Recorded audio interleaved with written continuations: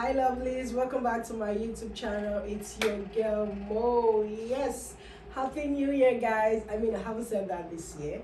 Alright, 2024 was a great year. Thank you to all the subscribers, those who stream, share, like. I mean, you guys are the real deal. Thank you so much.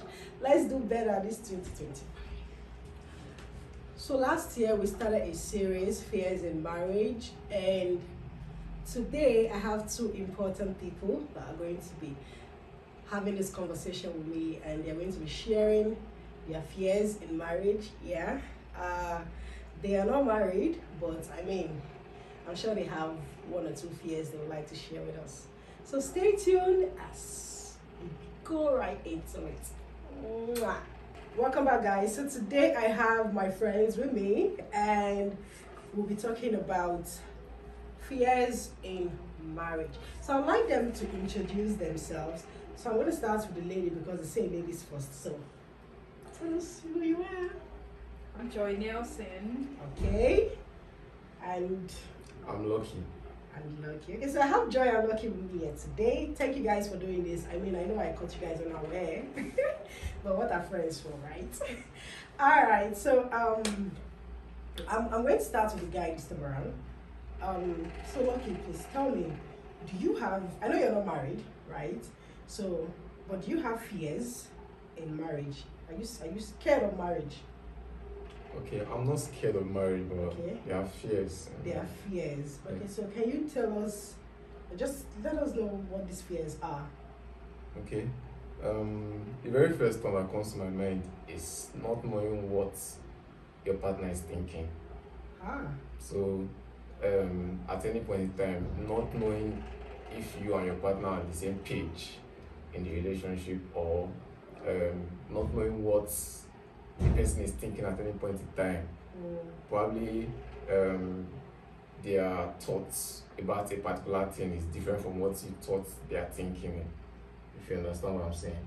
So that gap keeps you wondering. Not So because knowing, of that, not knowing what the person has in mind. yeah.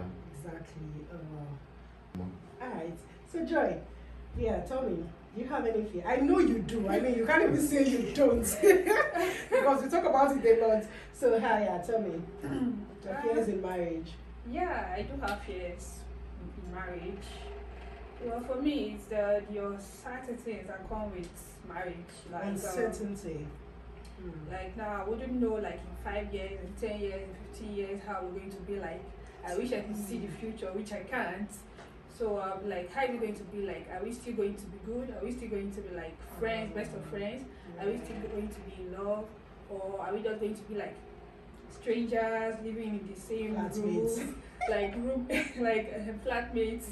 So that's all that's going in my head when it comes to marriage. Like, how is it going to be like in years to come, like that? So okay, tell me, what do you think about what Joy just said now? I mean, because to me, yes, I also have that fear because the last interview I had with Mrs. Bello, we talked about it, you know, what the future holds, right? Because she said something, she has been in marriage now for 4 years, right? And before she got to that 4 years, back then, that 4 years was like the future. She was looking towards that 4 years, like what will it be after 4 years? And now she has gotten to that future she was thinking about back then.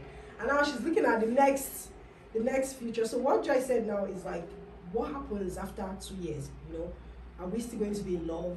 Because I know they say this thing, they say love is not enough to move marriage. I've heard it a lot, I've heard it a lot. Oh, it's not, love is not enough, money is not enough. There are a lot of things, you know, that surrounds this marriage thing. So what do you think about what Joy said? You know, having the fear of the future. I think I can put it that way. Fear of the future. Okay. I agree with her to a lot of sense in what she just said. But the idea is that we advance, that people always change. Even if it's not in a bad perspective, but people always change. That's why there is renewal of vows. You understand? Because people actually change. So, but we have to know what we can actually, the things that you can actually live with and things that you cannot live with. So there are some things you should notice at the beginning of the relationship or even before while you are dating and all that. So those things, I believe, if you know that those things are not negotiable for you. So when you start seeing traces of those things, that's when you should be vocal and talk to your partner about it. But when it comes to changing, people changing in marriage, yeah, it's very possible, and you can't run from it. People will always change. And cheating sometimes can just be a product of something that is already happening. So it might be you may have changed in some things in the way you show love. Women usually share their love when children comes. Yeah. So like that. And then we don't compromise when it comes to our attention and things we need. So things like that. It can just be even you be the reason. I'm not saying that's always the cause, but that can also be a result of it. So both of you sometimes can get busy with work and children and so many family things, which you had time when you were single. So you people have to now readjust things as things we need to do. So that's why if two partners are actually discussing, always communicating, knowing that this is actually a problem, it will be very easy to scale through. But when both are quiet about their issues, especially when it comes to emotions and other things, feelings and desires, so it can always cause issues and things goes on. So communication has to be a very very important Very key, important because once you guys don't communicate, I mean, you can't know if I am missing your attention or if I need your attention, because there's no communication. Okay, so there's this fear I have, right? You know, a lot of you don't know what will happen. Like, it's still part of fear of the future, right? You don't know what will happen. I mean, I've heard of so many cases whereby people go into marriage, and after like 3, 4, 5 years, you're still looking for a child. Because nobody will tell you back then that, oh, when you get into marriage you won't have a child, right? Because everybody expects to, after 9 months of marriage, they should see one kind of big stomach, and everybody's coming to, and then we're trying to name a child and stuff like that. Except for people that decide that, okay, we want to stay like a year or two before trying to have children. But for most people that they just want get married, and then all they are thinking of is, let's have a child, and it's not coming. For me, that's like a huge fear, because what happens when after 5 years you can't get a child? No, that's a big fear for me though, because I've heard there are so many people that, okay, let's say they're even getting married as a virgin, because we know a lot of people say, okay, maybe the person have wasted his or her youthful age doing a lot of stupid things, and now you can't. So, but how about those people that get married as virgins, and after 4 or 5 years they can't have a child? So what happens? That's a huge fear for me, because it will change a lot of things. Forget our love that they say, oh yeah, I love you, my husband loves me. Because when you start having pressure from family, friends, your mother-in-law, your own parents, everybody's like, what is going on? That's a huge fear. It's part of the fears that me myself I have. No caps. Like, I have that fear that what will happen if you can't have a child. So I know you're not there yet, right? So what do you think one can do when you get to that kind of stage? For me? Yeah. This childlessness is in two ways. There are some cases where it is the man that cannot impregnate the woman, and there are some cases it is the woman who cannot get pregnant.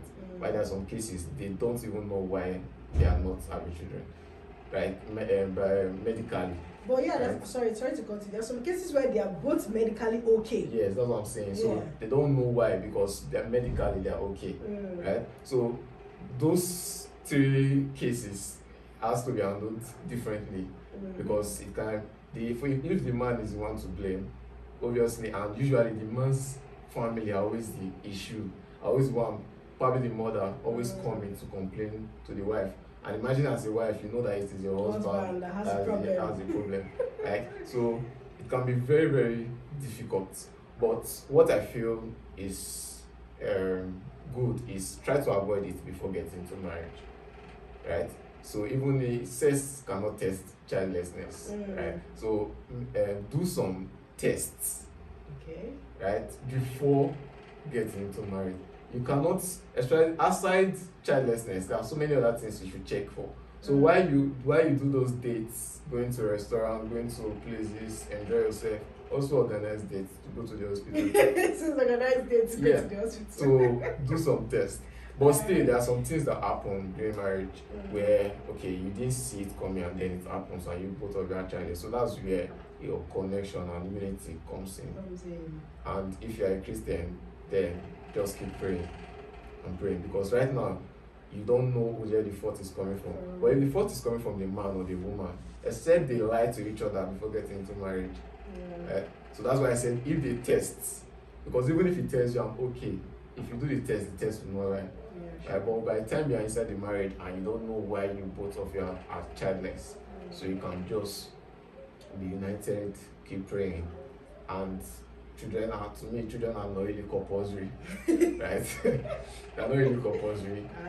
So even the same way marriage is not really still compulsory, so it's a choice. So for you, child doesn't validate marriage. Yeah. Okay, thank you. So how about you, Joy? What do you think?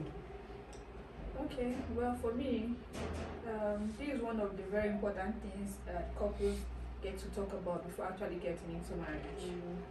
So what if the couple, they are medically okay? They are medically okay, but the children is not coming. What's going to happen? So there are many ways to actually do this nowadays. There's IVF, there is surrogacy, there's adoption. So those are options. So I say this is one of the very important things to talk about before. Okay, what if children don't come at all? What are we going to do? So these are the things you talk about. Let's know what is going to be the next thing. What if I decide, are you marrying because of children? Because you want, is that the main reason you're getting married?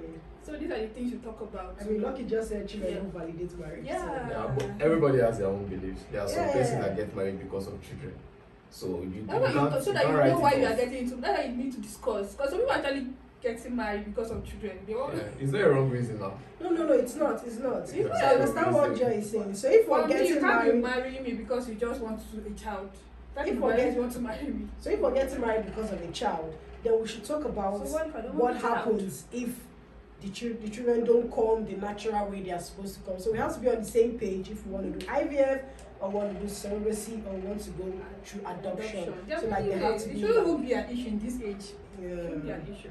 You can't say what cannot be an issue. I'm just that's for me, Sha. Yes, exactly. Because I know some persons, especially men, for them. they can get sex wherever they want. Yeah. They are from a good family who love them. So love love is not what they are lacking. Women. So they are ready to have children. That's why they decide to get married. So they will not look for the right person that will give them children, which means the person that they will love.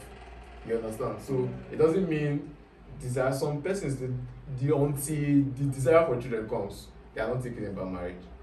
So it doesn't mean the reason why they are. So until they desire to have a child before they now say, okay, let me get married. There are people like that. There are people like that.